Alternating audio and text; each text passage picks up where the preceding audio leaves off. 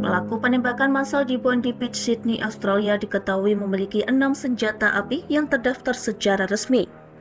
Fakta ini muncul setelah insiden berdarah yang terjadi pada Minggu 14 Desember 2025.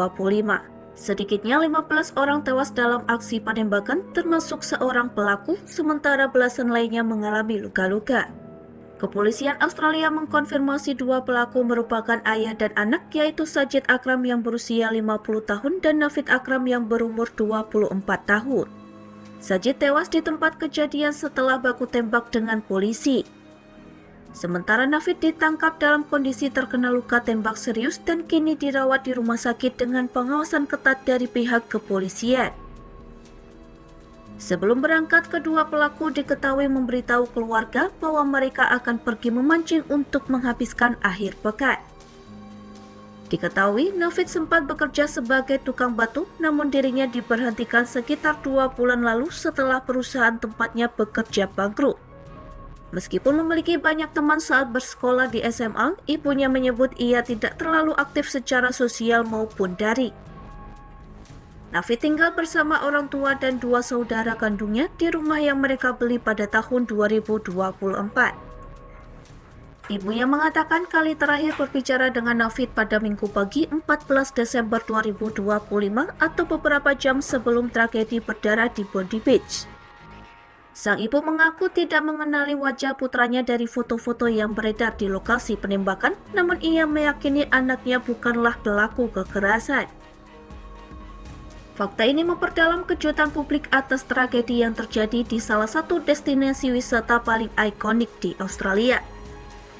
Pihak berwenang menyebut pelaku memiliki izin resmi atas 6 senjata api yang seluruhnya terdaftar secara legal. Senjata-senjata itu diduga digunakan dalam aksi penembakan massal di Bondi Beach. Menanggapi tragedi ini, Perdana Menteri Australia Anthony Albanese menyatakan pemerintah siap mengambil langkah tegas. Albanese menilai peristiwa di Bondi Beach menunjukkan perlunya pembatasan jumlah senjata yang boleh dimiliki oleh satu orang serta evaluasi berkala terhadap izin kepemilikan senjata api. Ia menegaskan proses radikalisasi dapat terjadi dalam jangka waktu tertentu. Oleh sebab itu, izin senjata tidak seharusnya berlaku seumur hidup tanpa peninjauan ulang. And I want to conclude finally by saying that the government is prepared to take whatever action is necessary. Included in that is the need for tougher gun laws. And this afternoon at 4 o'clock I will put on the agenda of the National Cabinet tougher gun laws, including limits on the number of guns that can be used or licensed by individuals. A review of licenses over a period of time. People's circumstances change. People can be radicalised over a period of time. Licenses should not be in perpetuity. And checks, of course, making sure that those checks and balances are in place as well. I'll take to National Cabinet this afternoon a proposal to empower agencies to examine what can be done in this area.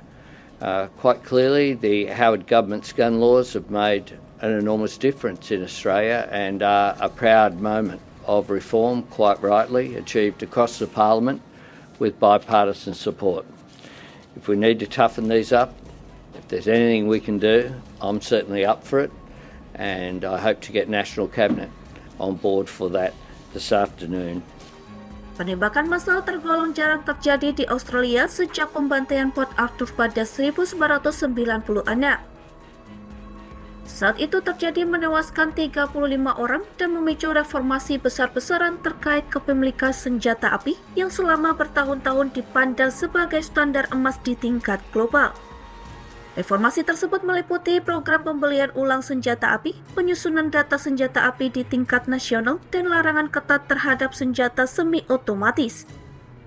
Albanese menegaskan ia siap mendorong pembahasan dan perubahan kebijakan ini jika diperlukan.